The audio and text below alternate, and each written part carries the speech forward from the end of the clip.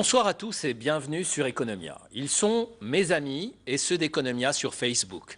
Je ne les avais jamais vus avant ce soir, à l'exception de l'un d'entre eux que j'avais rencontré dernièrement à Oran. Mais pour les entendre régulièrement débattre et commenter sur ma page les thèmes d'Economia, j'ai souhaité cette fois qu'ils soient avec moi physiquement sur le plateau. Bien entendu, ne pouvant recevoir tout le monde, tous mes nouveaux amis, j'ai donc entrepris d'inviter ceux qui avaient réagi au plus vite et avec force argumentaire. Nos 4 Facebookers, tous actifs, chacun dans sa spécialité et venus de divers horizons, sont donc là pour débattre de la gestion de la crise et de nous livrer leur point de vue pour y apporter des solutions. Ils souhaitent faire entendre leur voix d'en bas pour peut-être, qui sait, être entendus en haut. Je vous les présente. Yahya Riles, vous êtes le fondateur de Gisco Systems, vous faites de la numérisation, de l'archivage électronique, du traitement de données et du conseil dans ce domaine précis. Vous êtes très actif au-delà de Facebook sur la dynamique d'association dans votre secteur et vous êtes ainsi un des animateurs de ce fameux cluster numérique dont nous avons parlé sur Economia quand nous recevions la ministre de la Poste et des TIC il y a 15 jours. Mahdi Djellel, vous êtes le fondateur et gérant de Confichoc, spécialisé dans le chocolat et la confiserie. Vous arrivez à l'instant par route de Batna. Vous m'avez suggéré dernièrement de faire une émission sur les jeunes entrepreneurs qui sont en train de créer leurs entreprises. Je vous cite, « Je suis un jeune chef d'entreprise installé dans la wilaya de Batna, au niveau de la nouvelle zone d'activité d'El Madar. Tous les investisseurs rencontrent des difficultés énormes pour la création de leurs entreprises, des problèmes bureaucratiques, des problèmes de financement. Et c'est à ce titre que j'ai voulu vous entendre. » Merci. Walid Ouled Daoud, alors vous êtes jeune, dynamique et très ambitieux, ce qui est à votre honneur. Vous dirigez le service marketing de FAP, spécialisé dans la bureautique, une entreprise familiale qui vous laisse un peu de temps pour finaliser vos cursus scolaires en droit et en management. Vous êtes par ailleurs militant politique et vous ne pouvez vous empêcher de donner votre avis quand il le faut. J'ai même l'impression que vous avez fait ça dès le berceau. Enfin, Mohamed Chaou, vous êtes aujourd'hui expert économique en relations internationales avec une prédilection pour cette relation entre l'Italie et l'Algérie. Vous avez un long parcours qui vous a mené des entreprises publiques à l'expertise et au conseil international. Alors, l'Italie, cette prédilection pour l'Italie, l'Italie, vous vivez encore à Rome, donc vous la nourrissez dans sa relation particulière avec le monde arabe et l'Algérie. Vous nous parlerez notamment de cette fameuse expérience italienne et qui a mené l'Italie vers le haut depuis la Seconde Guerre mondiale. Avec plaisir. Voilà, messieurs, donc merci d'être là, hein, de l'honneur que vous nous faites. Écoutez, le rayon est, enfin, le spectre est large. En fait, je vais demander à chacun un petit peu de nous présenter et de se présenter et votre entreprise et votre vision de l'économie actuelle, ce que vous voudriez voir changer, quelles sont vos priorités selon vous. C'est cela que j'ai envie de faire sentir aux téléspectateurs. Je pense qu'on va retrouver les mêmes préoccupations qu'ont justement les téléspectateurs. Est-ce qu'elles sont pour autant les mêmes que celles de ceux qui décident? Alors vous, Djellel Mehdi, vous venez de Batna. Alors dites-nous un petit peu comment vous avez démarré, ce que vous faites et en quoi la situation est problématique pour vous. D'abord, je tiens à vous remercier de m'avoir invité, d'avoir donné cette chance pour m'exprimer sur votre plateau. Je viens de la wilaya de Batna. Je suis le gérant d'une petite TPE qui fait du chocolat et du VGKO, qui compte à son actif 10 salariés. Okay. Et on compte pour une éventuelle extension. On a eu déjà une parcelle de terrain dans le cadre de l'investissement, dans le cadre de Calpiref, pour bâtir la nouvelle unité de production. Et normalement, les travaux sont à hauteur de 90% d'avancement.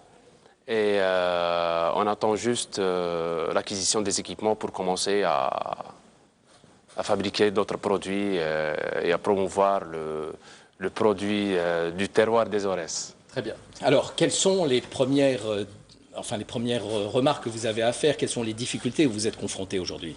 En ce moment, je suis confronté à un seul problème qui est le financement. Car je pense qu'il y a pas mal d'investisseurs au niveau de ma localité qui se plaignent des banques et l'accès au financement. Car les banques en ce moment ne jouent pas le jeu. Et l'accès au financement est très restreint et très sélectif. Et c'est un grand problème et une grande lacune pour faire avancer l'investissement. Et on espère que ça va se débloquer. Mais pourquoi? Il est dans la logique aussi des banques, bon, d'accorder des crédits, mais en même temps d'être prudent. Est-ce que vous estimez qu'elles sont trop prudentes ou que... Oui, oui. Sur ce côté-là, elles sont très exigeantes et elles sont très prudentes, je dirais à l'excès. Parce qu'il ne faut pas demander l'impossible à un jeune investisseur ou à un jeune promoteur qui vient de commencer ou de faire sa petite boîte. Et bon, il faut un certain minimum de solvabilité, mais il ne faut pas trop demander. Si on veut vraiment faire avancer les choses et faire avancer la cadence de l'investissement au niveau national, il faut que les banques lâchent un petit peu du lest. Est-ce que cela vient, selon vous, du fait que les entreprises bancaires se portant bien, elles ne se sentent pas en situation risquée, donc elles vont moins vers le risque, justement. Non, je dirais pas ça, mais je dirais que les banques sont tellement obsédées par l'échec des jeunes entrepreneurs qu'elles exigent des conditions et des solutions très drastiques, ce qui pousse, ce qui décourage l'investisseur en lui-même. Pour autant, ça fonctionne bien quand même pour vous? Oui, ça va. Ça pourrait aller mieux si on vous accordait oui, absolument. du crédit, c'est ça? C'est ça. Alors, Yahya Riles, vous êtes dans un autre domaine, l'archivage électronique, la numérisation des documents. Est-ce que c'est une activité qui se porte bien d'abord, au-delà de votre entreprise? Qui se porte bien, oui. C'est-à-dire qu'il y a vraiment une demande. C'est-à-dire là où on part dans des administrations, qu'elles soient publiques ou privées, on nous sollicite, on nous demande de faire des devis, d'aller voir un petit peu ce qui se passe, d'essayer de proposer des solutions. Mais paradoxalement, il n'y a pas de bon de commande qui se signe rapidement. Donc il y a une lenteur administrative malgré l'utilité des solutions qu'on propose. Hein. Ça, c'est le premier, peut-être je dirais, obstacle qu'on rencontre. Le deuxième, c'est que pour pas mal d'entreprises, qu'elles soient publiques ou encore moins le privé, c'est que toujours on prend les solutions IT en général comme centre de coût et pas un centre de profit. C'est-à-dire on regarde toujours ça coûte combien. Mais on ne voit pas les coûts que ça peut engendrer la mise en place de solutions IT dans une entreprise économique. Les revenus que ça peut apporter. Donc, on ne peut pas, c'est-à-dire démontrer comment l'IT peut faire gagner une entreprise point de vue économique. Donc, il y a un gain en productivité terrible lors de l'installation des systèmes IT dans une entreprise. Donc ça, c'est une chose qui n'est pas à démontrer. Mais malgré ça, donc, je pense qu'il y a une lenteur terrible dans les prises de décision pour ce genre de solutions, spécialement le genre de solutions qu'on commercialise.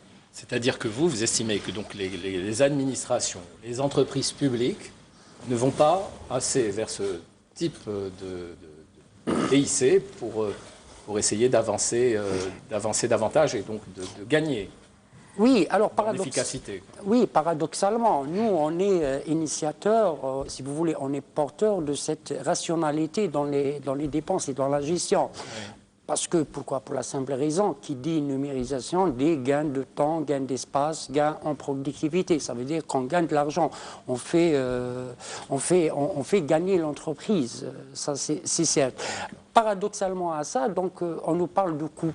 Donc, mais on ne parle jamais des coûts de la non-qualité si on n'installe pas ce genre de système qui n'est pas à démontrer. Donc à l'échelle mondiale, l'économie numérique a D'accord, malgré tout ça, malgré ce phénomène qui ne va pas assez vers... Est-ce que ça fonctionne quand même pour votre entreprise à titre particulier? Difficilement.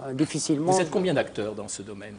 Ben, écoutez, dans ce domaine-là, je pense qu'on n'est pas nombreux, on est une dizaine d'entreprises, au moins qui parlent le même langage que moi, parce que trouver des entreprises qui vous disent qu'on peut faire de la numérisation ou de l'archivage électronique, il y en a. Mais ceux qui le font suivant des normes, suivant des standards universels et en respect de la réglementation nationale, il y a peu de gens qui peuvent le faire. Mais de toutes les manières, en tout état de cause, l'avenir va aller vers ce type de choses. On va y être forcé, c'est-à-dire on va y tout être le monde forcé, va exactement. devoir y aller.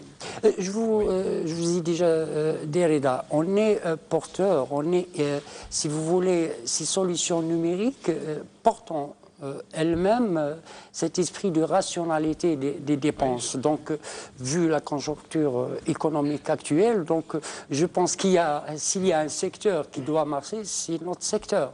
Pourquoi? Parce qu'il œuvre envers la rationalité des dépenses et les gains des temps, donc le gain en productivité pour les entreprises, qu'ils soient privées ou publiques. Très bien, on a bien compris. Walid Ouled Daoud, alors vous, donc vous êtes dans le matériel de bureautique. Exactement. Et scolaire également aussi. Exactement. Alors c'est un domaine qui fonctionne bien. Hein. Vous êtes beaucoup d'acteurs, d'ailleurs beaucoup d'acteurs d'origine de Gardaïa. Comment ça se fait? Bon, disons que c'est une bonne coïncidence, mais ce n'est pas une politique communautaire. Donc, mais je voudrais commencer par vous remercier pour cette invitation. C'est vraiment un honneur de participer dans cette émission qui réunit l'élite. Donc, une brève description de notre entreprise. La société FABS existe depuis 1982. Elle est le leader dans la fabrication de produits de classement et archivage et l'un des leaders dans la distribution de marques étrangères dans le marché algérien. Donc, le marché va bien parce que ça évolue avec les données démographiques. Plus on a de population, plus on a d'étudiants, plus on a d'élèves, plus on a d'employés, plus on utilise les matériels bureautiques et scolaires, malgré que la tendance va vers la dématérialisation, mais reste que l'écrit, c'est-à-dire l'écrit reste. Donc, dans notre domaine, on ne fait pas beaucoup face à la bureaucratie ou aux problèmes administratifs. Seulement, peut-être on aimerait bien, en tant que fabricant, d'être protégé. C'est-à-dire, il y a des produits qu'on fabrique de meilleure qualité, avec des prix compétitifs. Donc, on gagne rien à importer ces types de produits par d'autres disons, entreprises importatrices. Donc, on aimerait bien que le ministère de Commerce instaure une commission qui va voir ces opérateurs économiques algériens qui fabriquent des produits qui répondent aux standards, comme a dit mon ami, les standards universels. Donc, pourquoi aller permettre à d'autres de... Alors, qu'est-ce que vous suggérez à ce niveau-là? Qu'on vous fasse avantage, mais de quelle manière? C'est-à-dire, je viens de le dire, on est dans des circonstances un peu sensibles, c'est-à-dire où l'État doit gérer ses affaires, doit contrôler. Donc, en tant que producteur, on aimerait bien qu'une commission soit installée pour voir les produits qui sont fabriqués localement, des produits qui répondent aux normes internationaux. Donc, pourquoi aller importer ces types de produits? Pourquoi les payer en devises? C'est-à-dire pourquoi boycotter, déranger le producteur national qui est compétitif sur le marché? J'ai bien compris, mais de quelle manière, par quelle mesure voulez-vous qu'on avantage les producteurs nationaux? Ça peut tout simplement être au niveau des impôts, donc au niveau de l'administration fiscale. Donc, on voit bien qu'on est à part égale avec d'autres importateurs. Nous sommes une entreprise qui emploie environ 200 employés, donc on n'est pas du tout comme un autre importateur qui emploie à peine 10 employés et qui est dans la distribution. Donc la première mesure à faire, c'est bien les impôts, c'est de réduire le taux d'IBS et c'est aider dans tout ce qui est charge des employés, cotisations, etc. Donc ce sont quelques mesures qui apporteraient beaucoup de soutien aux producteurs nationaux. Très bien. Alors vous, expert aujourd'hui, alors de quoi vous vous occupez exactement et quelles sont aussi vos préoccupations majeures aujourd'hui, Monsieur Chaou? Oui, merci. Actuellement, donc, depuis quelques années déjà, je m'occupe de relations économiques entre l'Italie et les pays arabes en général, et puis particulièrement avec l'Algérie, mon pays d'origine. J'ai une certaine expérience désormais et j'aimerais bien, et je le fais très souvent, j'aimerais bien exprimer un peu mon point de vue sur l'évolution de la situation de l'économie nationale algérienne. Oui, surtout que vous êtes souvent donc vous êtes un faiseur de rapprochement entre les Italiens et les Algériens, donc vous savez où c'est que ça coince. Tout à fait, tout à fait. Et donc à la lumière de dans la relation bilatérale ou internationale. Je vais me citer dans un niveau donc, macroéconomique. Les amis ont parlé plutôt de leurs entreprises, donc des problèmes au niveau micro. Moi, je dirais que donc, une économie pérenne et vertueuse, elle doit être, si elle est pérenne, elle ne peut être que vertueuse. Pour qu'elle soit pérenne et vertueuse, il faut qu'elle soit adoptée par toute la société. Ensuite, quelle est la politique économique à mener à moyen ou long terme pour pouvoir atteindre un niveau de croissance propre? Je dirais que pour l'Algérie, nous avons 3 secteurs fondamentaux aujourd'hui. L'agriculture, le tourisme et les énergies renouvelables. Le tout, évidemment, dans un environnement de développement des technologies de l'information et de la communication. Pour l'agriculture, les efforts sont faits, mais je mets un peu ma pièce dans le verre et je dis non, on ne parle pas encore d'agriculture biologique. Bizarre. On ne parle pas encore d'agriculture hydroponique, connaissant la rareté de la ressource eau en Algérie. Si je parle du tourisme, nous sommes dans la Méditerranée. Nous avons donc les potentialités qu'ont les pays voisins. Nous avons peut-être un retard en termes d'infrastructures. C'est le moment justement de réfléchir à un tourisme différent de ce qui se fait pour les pays balnéaires. Un tourisme culturel, un tourisme durable. Pour l'énergie renouvelable, j'ai appris que le secteur a été déclaré dernièrement prioritaire.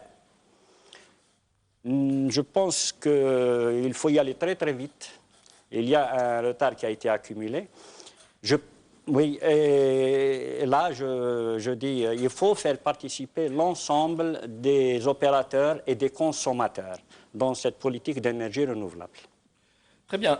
Nous allons commencer par écouter une personne qui est quelqu'un qui a beaucoup évolué à la fois dans le secteur financier et dans le secteur de l'éducation. Il est actuellement à Strasbourg.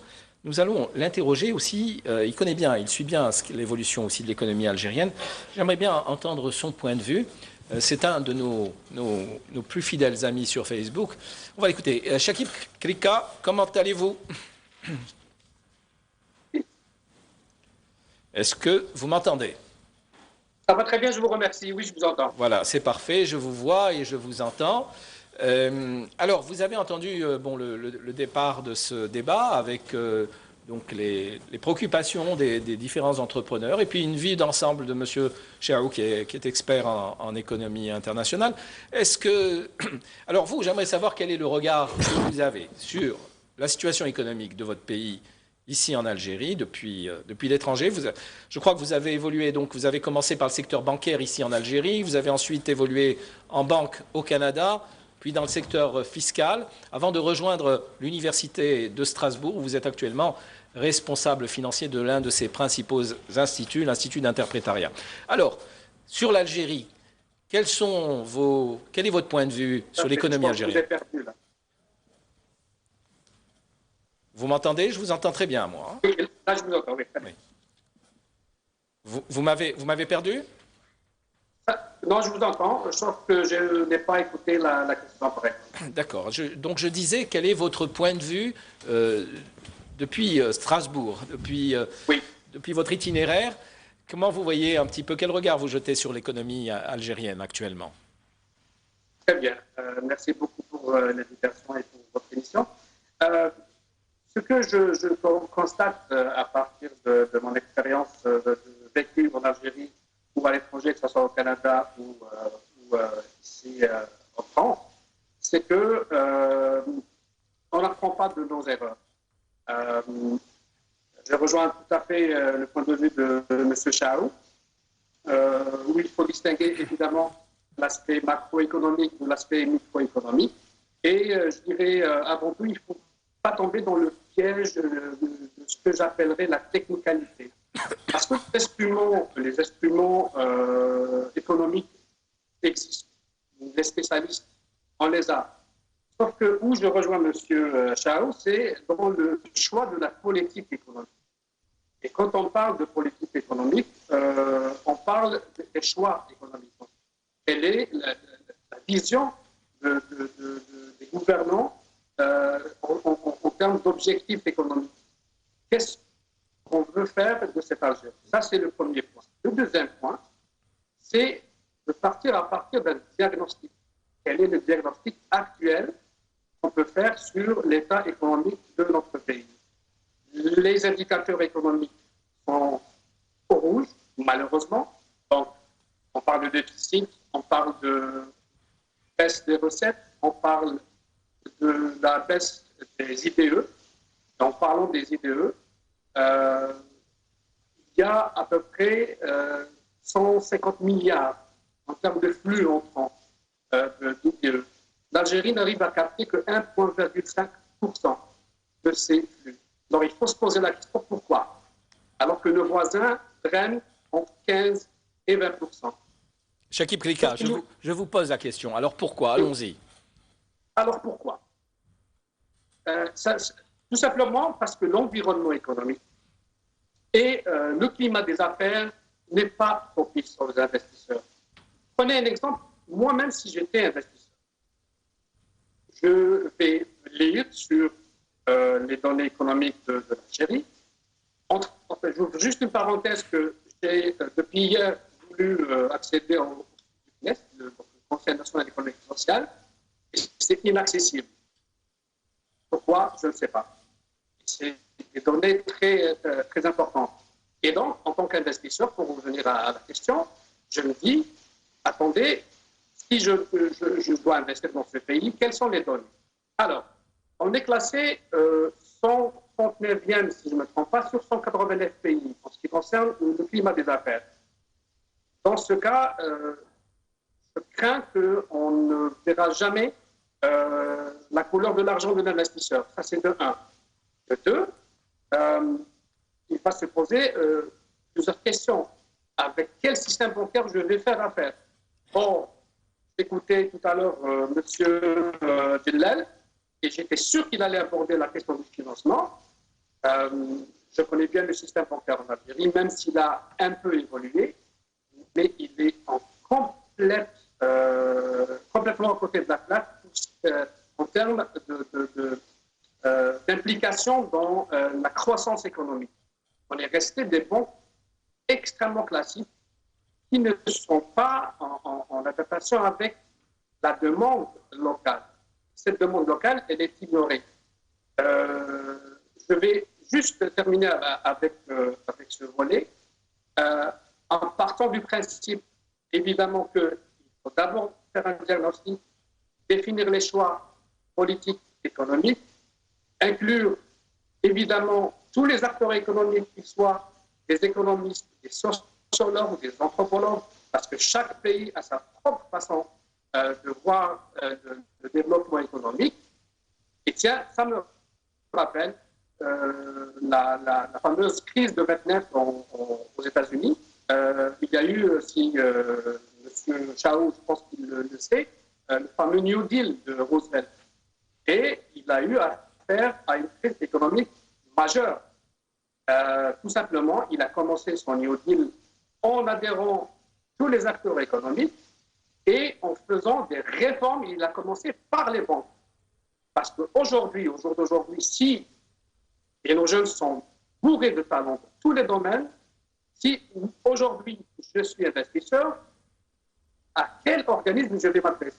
Mis à part le système en siège. Oui, pardon? ANSEJ, oui, ou ANDI, oui, d'accord. Si c'est quelqu'un de jeune, ANSEJ, oui. Oui, l'ANSEJ, pour ce qui est des jeunes, malheureusement, des chômeurs qu'on veut convertir en entrepreneurs ou managers, c'est pas possible. Alors, par contre, oui. Par contre, s'il existait des organismes de ce qu'on appelle le capital risque, donc ils vont étudier votre idée, on ne parle même pas de foncier, on ne parle même pas d'équipement, on parle d'idées. On se rappelle que Google, ce sont 2 étudiants. On se rappelle que Facebook, par lequel on communique, ce sont des étudiants. Oui. Et à partir d'une idée, le détenteur de capitaux a vu en ce projet une opportunité. Mais comment, Mais comment voulez-vous que ces sociétés de capital risque se risquent dans un climat des affaires qui est tel qu'on le voit aujourd'hui? Justement, c'est pour ça que j'ai dit tout à l'heure que c'est une condition sine qua non. D'abord de revoir notre politique économique. Très bien. Est-ce qu'on est de gauche? Est-ce qu'on est de droite? Est-ce qu'on est social-démocrate? D'accord, mais vous avez comme... À partir de là, oui. On aura... Oui. Oui, je vous écoute. Non, je vous disais, mais alors aujourd'hui, vous savez qu'il y a des choses quand même qui se font. D'abord, nos gouvernants, je crois, sont conseillés par les meilleurs économistes du pays. Pourtant, on ne retrouve pas toujours... alors, il y a des avancées, mais je pense que vous allez dire qu'elles ne sont pas encore suffisantes. Mais force est de reconnaître qu'il y a quand même des choses qui se font. L'Algérie bouge étonnamment quand même. En tout cas, du point de vue de la présentation des difficultés et de l'apport des solutions à trouver. Oui, tout à fait.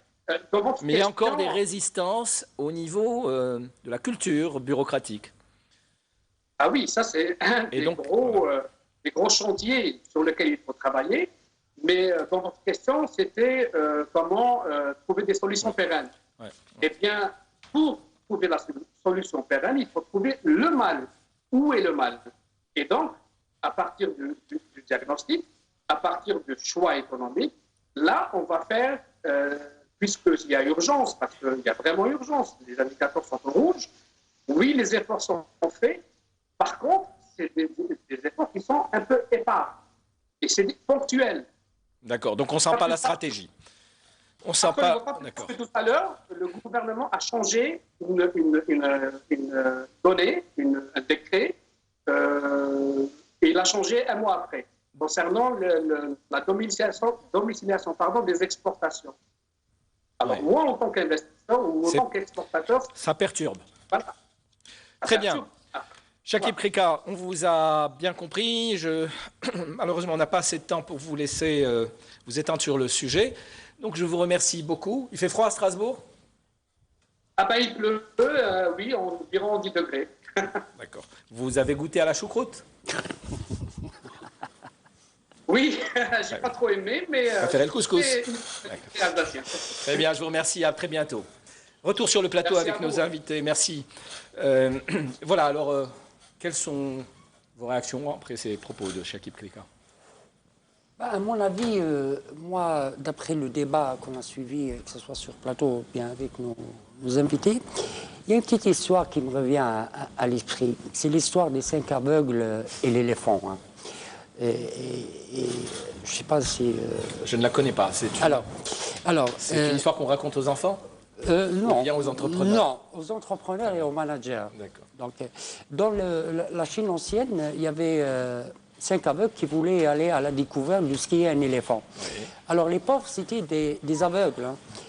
Ils sont partis. Alors, une fois, avec un guide, bien sûr, une fois arrivés à l'emplacement où se trouvait l'éléphant, chacun a pris une partie de l'éléphant. Donc, tout en étant aveugle, le premier touche la trempe de l'éléphant. Il commence à crier, il dit, voilà, c'est moi qui sais c'est quoi un éléphant. Alors, il commence à hurler, l'éléphant, c'est un gros tuyau. Le deuxième touche son pied. Il commence à crier, c'est moi qui détiens la grande vérité, l'éléphant, c'est un grand pilier. L'autre, il touche le corps. Il commence à crier, non, je vais vous dire c'est quoi l'éléphant. L'éléphant, c'est une grande muraille. L'autre, il touche l'oreille, non, c'est moi qui va vous dire c'est quoi un éléphant. L'éléphant, c'est un grand éventail, et ainsi de suite. Donc, résultat des courses, on parlait tous de la même chose, mais d'une manière un petit peu autonome, par rapport, isolé par rapport aux autres. Et on parle du même problème, mais on ne sait pas s'écouter l'un l'autre. Moi, je pense que le problème, notre problème, nous, Algériens, c'est qu'on ne sait pas s'écouter l'un l'autre. On pense toujours qu'on détient la vérité absolue, qu'on détient la solution miracle, alors que normalement, même si on a une part de vérité, il faut écouter l'autre de ce qu'il pense, de ce quelle est sa stratégie, ce quelle est sa vision par rapport au problème. Et en communiquant, je pense qu'on peut trouver des solutions à nos divers problèmes. Alors, quelqu'un d'autre veut réagir sur les propos des uns et des autres? Bon, je vais parler surtout, je vais me tourner côté politique, c'est-à-dire on retrouve quelques contradictions. C'est vrai que le gouvernement fait des actions, il mène des actions.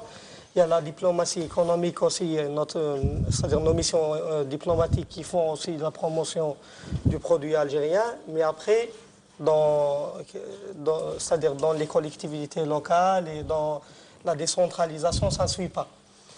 Donc, on peut voir par exemple, on va voir l'une des contradictions. Il y a 2 mois, on parlait d'amnistie fiscale avec 7% de pénalité. Un mois après, on parle d'emprunt obligataire avec 5% de bénéfices. Déjà que ceux qui ne payent pas les impôts, ce sont des gens qui se révoltent contre l'impôt, qu'ils considèrent comme haram. Et après, on va leur dire, ramenez votre argent et va vous donner 5% de taux d'intérêt. Et en plus, c'est haram toujours. Donc moi, je crois qu'il est temps de parler de patriotisme économique, c'est-à-dire l'État doit pousser le peuple vers la solidarité. Ce n'est pas dans de l'intérêt, parce que le peuple a montré sa solidarité avec le pays voisin quand il a... Donc là, je parle de la Tunisie pour le tourisme, on était solidaires. C'était un ministre de la République algérienne qui appelait à cette solidarité. Donc ça serait temps d'adopter un discours réaliste, de parler réalité, de montrer les chiffres, de tirer la sonnette d'alarme et d'interpeller le peuple pour aller vers le patriotisme économique. Mais ce faisant, c'est-à-dire il faut aussi rétablir cette relation de confiance entre l'administration et les administrés. C'est-à-dire il faut mener à la fois des actions concrètes et demander en contrepartie le peuple de rendre, c'est-à-dire de faire preuve de patriotisme économique. Je m'excuse de... Et c'est intéressant, comment motiver le peuple à ce niveau-là? Il y a surtout... Plutôt les bureaucrates. C'est-à-dire qu'il y a surtout une crise, il faut appeler les choses par leur nom, une crise de confiance entre le peuple et l'administration. Il faut travailler pour rétablir cette confiance. Mais oui, mais parce que c'est celui qui trouvera cette bonne alchimie qui réussira et que tout le monde suivra. Mais où est l'alchimie? Et où est cet homme? Où est l'alchimie? Je dis qu'il faut adopter un discours réaliste. Moi, quand je vois un ministre d'économie, de finances qui doit parler chiffres, qui doit parler concret, qui doit parler stratégie, moi je l'entends parler en tant qu'imam, là ça craint. Là ça craint, c'est pas la confiance qui va être rétablie suite à ça. Walid Ould Daoud, pour vous resituer, je disais en présentation que vous étiez un militant politique également à côté de... Quel est le parti dans lequel vous militez? Je suis maintenant en freelance, c'est-à-dire militant politique. J'exprime mon opinion, mais je n'ai pas de parti. Oui, parce que j'allais vous demander si vous êtes suivi au niveau du parti sur la question du crédit vis-à-vis de la religion. Parce que vous étiez, vous insistiez sur le fait que c'était haram. Mais c'est clair, quand on parle d'emprunter de l'argent, il y a un bénéfice après qui est fixé au préalable. Donc, selon les règles religieuses, normalement, c'est haram. Non, je suis tout à fait d'accord. Et vous montrez qu'il y a bien une incohérence entre le système et oui, c'est une incohérence. Pourquoi? C'est-à-dire, moi, je pousse le peuple à se solidariser avec son État. Pourquoi? Lui donner du bénéfice. Exemple, celui qui va acheter 10 millions de dinars, celui qui va emprunter à l'État 10 millions de dinars, est-ce qu'il attend 500 000 dinars? 10 millions de dinars, ça peut rapporter 40% en une année. Pourquoi la donner à l'État pour 500 000 de dinars? D'accord, très bien. Donc c'est contradictoire. Et excusez-moi, je vais parler du consommateur. C'est-à-dire, en 2014, on a vu que le ministère du Commerce il avait lancé une campagne de consommants algériens. Le ministre a été démis de ses fonctions suite au remaniement ministériel. Le site, il n'a plus été mis à jour. Et la campagne publicitaire sur les médias n'a plus été aussi mise à jour. Donc, c'est là où réside la contradiction. Nous devons travailler pour la nation, pas pour les personnes. Très bien. On va, excusez-moi, je vais vous redonner la parole dans quelques instants. On a un second intervenant qui est en France, qui est actuellement dans le sud de la France, à Perpignan, dans les Pyrénées-Orientales. Alors lui, il est expert en ingénierie industrielle. Il est bien implanté dans le milieu économique et même le milieu politique, puisqu'il y fait de la politique en France.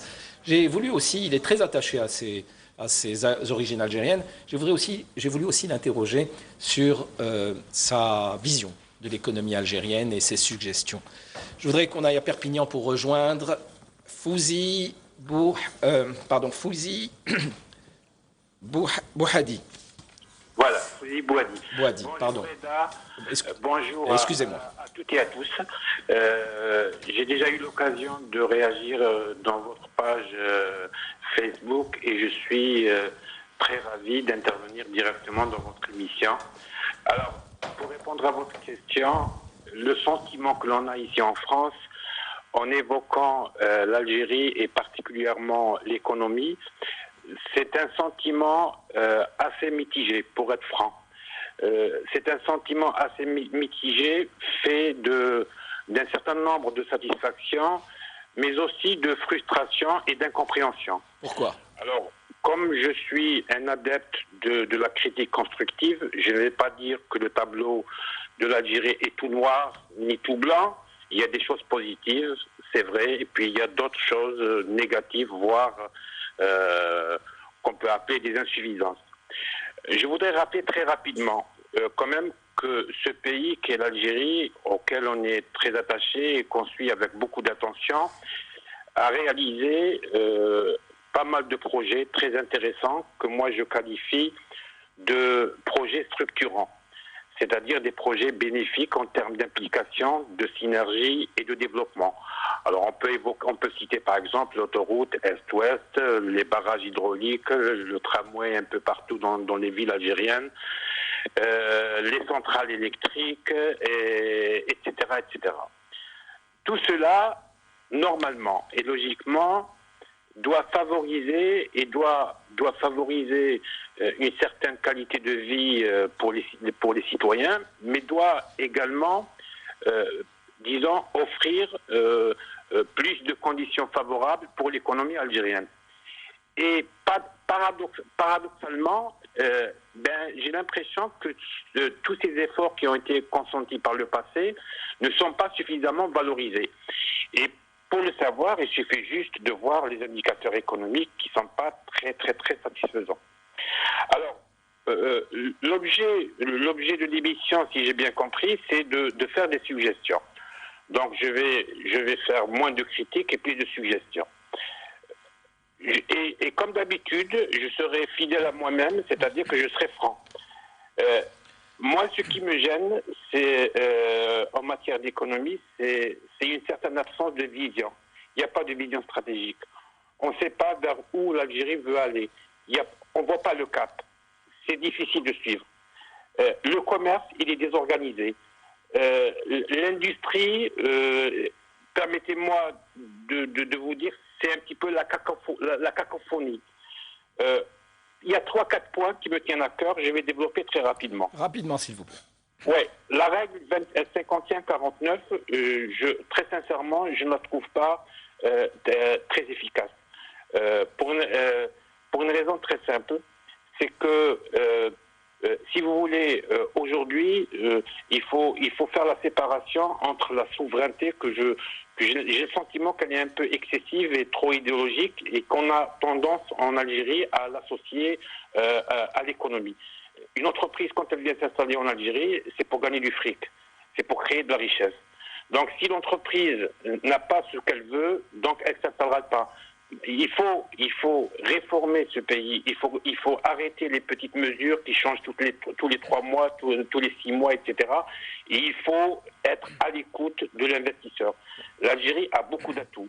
Ok, Fouzi Bouhadi, les autres points en cascade parce qu'on a peu de temps maintenant. Pardon. Oui. Bon, alors je voulais, je voudrais rajouter également que par rapport aux insuffisants, c'est très simple. Il suffit de regarder par exemple la liste des importations pour voir ce qui manque en Algérie et ce qui n'a pas été fait. Je donne quelques exemples. 1 milliard de dollars pour les fruits et légumes. 850 millions de dollars de viande et poissons, 816 millions de dollars pour les huiles, 6,5 milliards de dollars d'importation de véhicules, 2,34 milliards de dollars de carburant. D'accord. Et ce qui a été fait là, oui. Le pétrole importe l'essence pour 800 millions de dollars. Oui, alors, par rapport aux mesures qui ont été prises par le gouvernement, par rapport à ces niveaux d'importation pour les amener à la réduction, qu'est-ce que vous dites? Moi, ce que je dis, premièrement, il faut commencer par les choses, je dirais, dans l'ordre. Il faut une réelle volonté politique. Je pense qu'il y avait une grande volonté de la part des dirigeants algériens lors de la dernière décennie pour que l'Algérie rattrape ce retard. Ils ont mis le paquet au niveau des infrastructures. Il y a beaucoup de choses qui ont été réalisées et beaucoup de choses positives. D'accord. Maintenant, il faut qu'il y ait une focalisation claire et nette sur l'économie parce que franchement, on a du mal à suivre. Très bien. Il faut une stratégie claire. Très bien. Il faut qu'il y ait une stratégie très claire. Merci Fouzi Bouhadi pour votre expression ici. Oui, nous allons en débattre là avec nos amis sur le plateau. Alors, je vous remercie encore une fois. Monsieur Chao, alors. Moi je dirais, je me trouve d'accord avec tous les intervenants. Je voudrais seulement un peu insister sur ce problème de confiance entre citoyens et administration.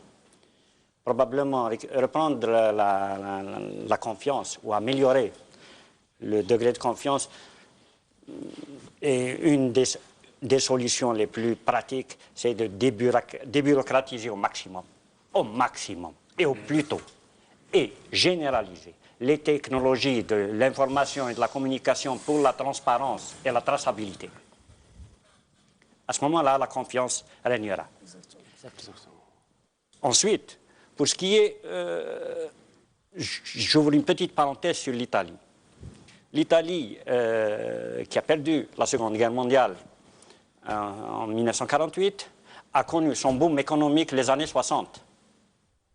Parti d'une économie dévastée, d'un pays dévasté, l'État s'est appuyé sur un institut appelé IRI, Istituto Ristrutturazione Industriale et Reconstruction Industrielle, qui englobait toutes les grandes entreprises publiques. Parti de là, un système d'essaimage a été créé, un système de districts industriels. Aujourd'hui, en 2016, les districts industriels sont déjà dépassés. C'est un concept dépassé. Nous sommes déjà passés au cluster, au pôle de compétitivité et à la relation transversale qui traverse le pays et la filière. Probablement, nous devrions nous inspirer rapidement. Et je demande à nos gouvernants d'être rapides dans la décision, de ne pas... je veux dire, la nouvelle constitution a été approuvée. Allons-y, tout de suite, dans la mise en application des articles. Qu'est-ce qui peut bien changer à partir de la Constitution sur l'économie? Je suppose que s'il y a des avancées à faire, si la Constitution adoptée était peut-être un peu timide, les conditions économiques et les conditions sociales probablement forceront le législateur à aller ouvrir un peu plus d'espace. Alors, Sidjelal, vous... Alors. Le constat est là et je rejoins tous les invités.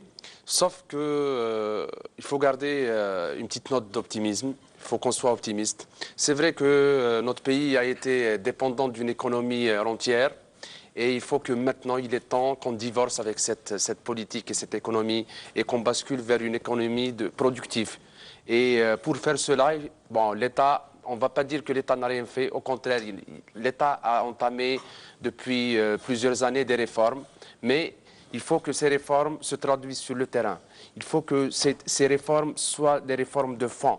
Par exemple, le système bancaire, comme le monsieur Chakib a cité tout à l'heure, le système bancaire, c'est un levier, c'est un levier pour accompagner le développement d'investissement. Parce que si on n'a pas un système bancaire performant, on ne pourra jamais avoir un bon investissement et des entreprises performantes. Je rejoins aussi monsieur Ouali, concernant produisants algériens et consommants algériens. Bon, on a tendance maintenant à avoir une nouvelle classe de consommateurs. Le consommateur algérien a évolué. Et il faut se poser la question pourquoi le consommateur algérien, il va toujours vers les produits importés. C'est parce que les produits algériens ne sont pas toujours et ne répondent pas aux standards internationaux. Il faut valoriser le produit algérien. Il faut aller vers l'avant et produire plus et produire mieux et mettre à niveau, et il faut mettre à niveau les entreprises publiques ou bien privées. Et il faut qu'on cesse de faire la différence entre entreprises publiques et entreprises privées parce que c'est des entreprises algériennes. Par le gouvernement, par le chef du gouvernement lui-même. Mais ce n'est pas toujours suivi d'effet, encore une fois. C'est ce problème encore. Oui. Les décisions sont bien dites. Ce qu'on reproche, c'est souvent les synergies, la vision, la communication, en tout cas sur la vision, parce que, regardez, tout le monde dit qu'il y a une absence de clarté, et puis ces retournements aussi incessants qui perturbent. C'est vrai. Moi, peut-être, j'ajoute juste un détail par rapport à ce que vient de dire notre ami Chiao. Par rapport au TIC, ce qu'ils peuvent apporter dans la bonne gouvernance, dans la transparence des transactions, dans les traçabilités des transactions. Pensez que les nouvelles technologies portent la solution eux-mêmes, c'est une erreur. Mais il va falloir considérer les nouvelles technologies dans un contexte global de conduite de changement. Il ne faut pas penser qu'en ramenant des outils ou des programmes ou ces nouvelles technologies, ils vont nous trouver des solutions. Donc, non. Mais ça doit s'inscrire dans un processus global de conduite du changement pour la simple raison. Hein. Donc je reviens, si vous le permettez, Reda. Je ne donne pas des cours en système d'information, mais un système d'information général, quelle que soit sa dimension, doit être pris dans 3 dimensions, organisationnelle, informationnelle et technologique. Donc il faudrait considérer le tout à la fois pour que ces nouvelles technologies, je parle de mon domaine, hein, de la numérisation beaucoup plus, pour que ces nouvelles technologies puissent apporter des gains aux d'autres secteurs économiques. En plus qu'elles-mêmes, en tant que secteur, les nouvelles technologies, ça devient un secteur économique à part entière. Donc ça crée de l'emploi, ça crée de la richesse, ça crée de la valeur ajoutée, mais elles peuvent aussi participer énormément au développement des autres secteurs. Mais à une seule condition, que cela doit être pris dans un contexte global de l'environnement dans lequel on évolue. Walid Ouled Daoud, vous, ça n'a pas perturbé vos ambitions que de découvrir un petit peu toutes ces embûches sur le terrain, sur la pratique économique pour vous. Ça vous a pas... Vous ne manquez pas de dynamisme, vous avancez malgré tout. Non, on avance, c'est par ces choses qu'on apprend. C'est-à-dire, c'est vrai qu'on est dans une période où on passe par une période difficile, mais c'est un cycle économique qui n'est pas sans précédent, donc on fait avec. Mais pour revenir sur l'opinion de M. Fouzi Bouhadi qu'on avait par téléphone, il a parlé de est-ce qu'il y a la volonté politique. Moi, j'ai dit qu'il n'est plus tant de volonté politique, maintenant c'est l'obligation. C'est-à-dire on n'a plus de timing, on n'a plus le choix, est-ce qu'on peut ou pas. Donc on doit y aller. Mais c'est dans la précipitation qu'on échoue parfois. Donc ce que moi je vais donner comme suggestion, et il a bien dit, il faut donner des suggestions. Donc il faut insister sur le secteur tertiaire qui est les services. On fait appel à des entreprises étrangères pour nos services, notamment dans le secteur d'éthique, le secteur de la fibre optique. Mais aussi, moi je vais vous parler d'un cas de figure qui m'est récemment arrivé, donc en agriculture. C'est facile de demander un terrain agricole, on vous accorde 50 hectares, mais après, 50 hectares, ça nécessite dans le sud un forage de 500 mètres. Un forage de 500 mètres, ça coûte 35 millions à 40 millions de dinars. Quand un jeune demande un terrain agricole et qu'il faut qu'il réalise un forage de 40 millions de dinars, où est-ce qu'il va ramener cet argent? Et là, je rejoins monsieur Mehdi. Donc, il y a un besoin de financement. Et les services, là, les sociétés de forage, on les appelle par téléphone, on n'arrive pas à les joindre parce qu'il y a plusieurs clients qui attendent. Et je vous informe que l'appareil de forage elle-même, elle coûte 50 millions de dinars et le forage lui-même coûte 50 millions de dinars. Donc nous aurions aimé que l'État investisse dans ces matériaux, que l'État investisse dans le matériel, qu'elle donne des concessions agricoles avec le forage déjà réalisé, ou bien un financement, donc, ou encourager les jeunes entrepreneurs. Nous avons plusieurs ingénieurs dans le forage pétrolier qui ne trouvent pas d'emploi. Pourquoi pas les pousser vers le forage hydraulique, donc pour réaliser ces forages? Très bien. Eh bien, écoutez, à propos de forage, on invite donc le gouvernement à forer les bonnes idées et à les appliquer de manière constante et en synergie. Je voudrais vous remercier. Je suis très fier de vous, les Facebookers. Vous avez été très bien. Et je voudrais remercier spécialement M. Mehdi Djellal d'être venu de Batna. Vos chocolats sont distribués sur... On fait du VGKO et du chocolat. Nos produits sont distribués pratiquement sur toutes les chaînes nationales? Non, l'Est du pays, Constantine, Sétif, Oran, Annaba. Et M. Chaou, est-ce que vous avez un lien de parenté avec le chanteur? Éternelle question qui revient à chaque fois, oui. Parce que j'aime beaucoup. Hein. Donc, vous voyez, entre les chocolats, le chanteur, est-ce qu'il y a la génétique est passée pour la chanson? Un peu, oui. Ensuite, les études, le Rorba peut-être aussi, ont fait que comme je me suis éloigné. C'est mon oncle paternel, c'est le frère cadet à mon père. Très bien. Alors, voilà. Eh bien, écoutez, merci à vous encore une fois. Merci aussi à Shakib Krika et Fouzi Bouhadi. Et je vous dis à la semaine prochaine pour un nouveau débat d'Economia. Merci encore. Merci. Merci.